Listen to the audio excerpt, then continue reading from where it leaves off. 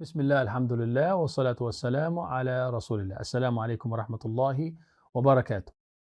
As usual, every Wednesday we have the morning message of Fadilat Sheikh Muneer Abduroaf, and Fadilat Sheikh is joining us via Zoom. Let's welcome him. Assalamu alaikum wa rahmatullah, Fadilat Sheikh. وعليكم السلام ورحمة الله وبركاته يا شيخنا السامح جان. كيف حالك؟ الحمد لله. كيف عللت حالكم؟ أهلا ونزلت سهلا. بارك الله فيكم. جزاكم الله خيرا فضيلة الشيخ. You may begin inshallah. بسم الله. جزاك الله. بسم الله الرحمن الرحيم. الحمد لله رب العالمين والصلاة والسلام على أشرف الأنبياء والمرسلين سيدنا وحبيبنا ومولانا محمد صلى الله عليه وسلم وعلى آله وصحبه أجمعين ثم أما بعد. All the viewers out there, I greet you in the universal greetings of love, mercy and peace. Assalamu alaikum wa rahmatullahi wa barakatuh. And inshallah, today we will be continuing with aspects concerning the laws of succession, also referred to as the laws of inheritance in Islam.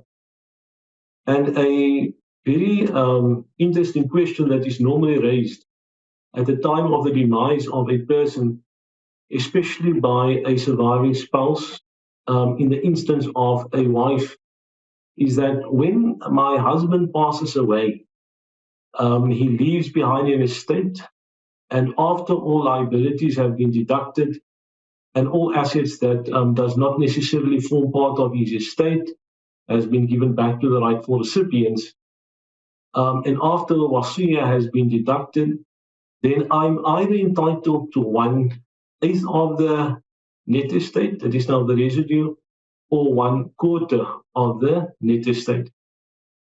So now the question then arises is sometimes that they ask, now, Sheikh, why is it that it applies in that way? During our marriage, I have given so much money to him. I've assisted him with groceries. I have given him money to fix the geyser, to fix the cupboards, and to do a relook of the house, and so forth. Now, why is it I'm only entitled to 1/8 or 1/4? Now, today we'll be looking at those type of gifts, if we call it that, or those type of loans. It's very important to note that when you are in a marital relationship, the primary responsibility of nafaqah lies with the husband, right, and the father. So you will be looking at your basic needs as far as a roof over your head, as well as clothing for summer and winter and so forth, as well as your daily meals, right? So that is the responsibility of the husband. And also, later on in the marriage, you have children. That would be the responsibility of the father. Now, we live in a day and age where the wife also at times, she either has money in the bank account, or alternatively, she works as well. Now, the money that she makes, it's not necessarily required from her to pay towards those basic expenses like the rent, like the rates and the water, electricity, the groceries, and the children's school fees, and so forth. However, at times it might be that the husband is struggling, and the wife then says, all right, I'm giving this to you, I'm assisting you during this year. Now, when this happens, it's very important to note, now, in what capacity are you giving this money, right? Is it given as a gift, right, which is allowed, and ultimately the husband will be very happy, and then Allah subhanahu wa ta'ala will grant you reward for that sadaqah, right? And that would then be the end of it. However, if your understanding was that I am giving you this amount of money, but it's not a gift from my side, I'm assisting you now during this time of difficulty. And I do know if you go and apply for a loan at the bank, a personal loan, they will charge interest and you'd have to pay riba and all of these things, which is not necessarily what I want. So I'm giving you this money as an interest-free loan. with the understanding that later on in life, when you do, however, things become a bit better with your job, employment, and so forth, that you have to pay me back, right? So those are the two possibilities, right, that could play out in a marriage, in an instance where the wife contributes towards the expenses and the basic expenses of the marriage. Now, if the husband passes away, then in that instance, that initial understanding concerning that amount of money that was given must be relooked at. If it was a gift, then it's done. Right? The reward lies with Allah subhanahu wa ta'ala, that will be for you. However, if it was a loan, that loan amount should have been recorded, right, just for evidence purposes. Otherwise, the wife could just say that, yes, I've done all of this. So the best thing would be that you record it in writing and let the husband sign it as well, especially if it happened maybe 2 or 3 or 4 times in the marriage, or whatever the instance might be, or once per year, you take a record of what you have spent. That amount of money will then be deducted from the estate prior to any wasiyah being given out, and prior to any mirath, that is now the inheritance given to the beneficiaries. So if that amount of money added up over the years then adds up to, let's say, 2, 3, 400,000 rand, that would be yours as a haq, as a claim against the estate, as a liability. And thereafter, let's say the person passed away with R1 million, that 300,000 rand or 400,000 rand is deducted as a liability against the estate, which goes to you. And let's say there are no other liabilities. In this instance, we're sitting with a net estate of 600,000 rand. From the 600,000 rand, there could have been a wasiyah, which could have then be given to any non-compulsory beneficiary, any person that does not automatically inherit in terms of Sharia, and it has to be up to a maximum of 1/3 of the net estate after the liabilities have been deducted. Right.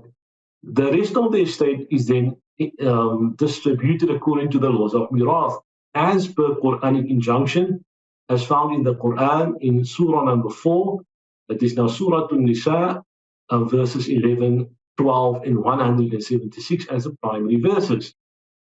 And in terms of verse number 12, if your husband has left behind no inheriting descendants, for example, children and so forth, then in that instance, you would be entitled to the 1/4 of the, let's say there was no wasiyah, 1/4 of the 600,000 rand.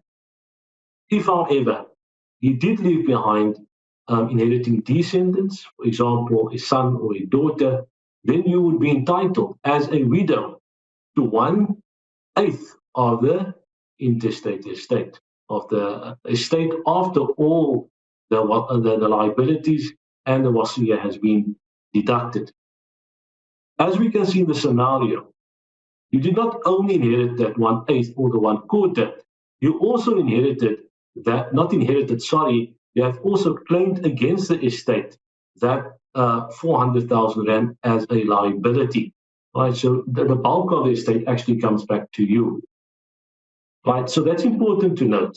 And it's important to document this, because even as far as commercial transactions are concerned, we find in the Quran, right, the longest verse in the Quran concerns that very issue. Right, that is now Ayatul Deen. And in this instance, Allah subhanahu wa ta'ala says, if you enter into this type of an agreement, faktubuhu, reduce it to writing. And not only that, then you have witnesses. And that is now 2 male witnesses. And if you can't find 2 male witnesses, then a male and 2 females and so forth. So it's important to document it. A basic rule could be used in this regard, where we state that any amount of money given by the wife, it could either be regarded as default, it's a donation, right, unless stated otherwise. The other alternative would be that the default position is that it is a loan unless stated otherwise. So at least then that understanding is there between the couple. The last point I would mention concerning the liabilities would also be that mahar, the meher or the maskawi as we call it, right? And that would also constitute a liability against the estate. So let's say at the time of the nikah, at the time of the marriage, you have entered into an agreement that as far as this marriage is concerned, I would want to have 500,000 rand as maskawi, as a mahar or the meher or the dawah or the dowry, as it is all called, referred to as. Right? The ways of dealing with this could either be the whole amount is paid prompt at the time of the nikah. The other possibility would be that the prospective husband doesn't have all of that money with him at that point in time, and an agreement is made that, all right, pay 50,000 rand at the time of the nikah, and the 450,000 rand must be paid in full prior to the elapsing of 3 or 4 years. Right. So the 50,000 rand is with you, but however, that 450,000 rand must still be paid off. If he passes away before having paid that 450,000 rand, again in that instance, that amount of money would be deducted against the estate as a liability. Right. Then once that 450,000 rand is deducted, as per our example, there was 1 million rand, 400,000 rand for all the loans you have given him, and 450,000 rand as for that maskawi. Then we're only sitting with 50,000 rand that forms part of the laws of testate and intestate succession, the laws of wasiya and mirath, which means only 1/3 of the 50,000 rand can be given as a wasiya, and the rest of it must then be dealt with in terms of the Quranic injunction, in terms of Surah An-Nisa, verses number 11, 12, and 176. And then you will inherit either the 1/4 or 1/8 of that 50,000 rand. So I hope this clarifies things as far as that is concerned. Please document it, have a discussion with your spouse, so that when anything does happen, as we know, kullu nafsin dha'iqatul maut, that every soul shall taste the death. And when it happens, don't be in a situation where you say, I have to clarify something. However, the person that you have to clarify it with is now 9 feet under in the grave. May Allah subhanahu wa ta'ala grant us true understanding. And with that, I hand you back to Sheikh Samih. Jazakallah khair. Jazakallah khairan fadlat al-Sheikh. May Allah subhanahu wa ta'ala bless you for this beneficial information that is needed indeed. May Allah subhanahu wa ta'ala accept from you and increase you in ilm and taqwa. Allahumma ameen. Shakarallahu lakum Shaykhna al-Mubarak. Allah yahfazkum. Assalamu alaikum. Assalamu alaikum wa rahmatullah.